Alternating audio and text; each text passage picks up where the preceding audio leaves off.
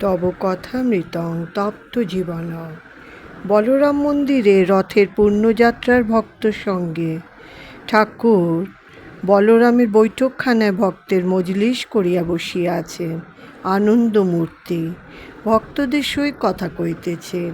আজ পুণ্যযাত্রা, বৃহস্পতিবার, আষাঢ় শুক্লা দশমী, ৩রা জুলাই 1884।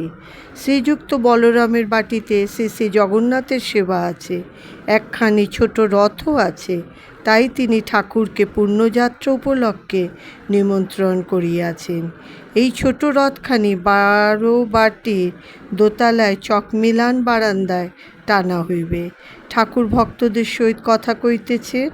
কাছে রাম মাস্টার, বলরাম, মনমোহন, কয়েকটি ছোকরা ভক্ত, বলরামের পিতা প্রভৃতি বসিয়া আছেন।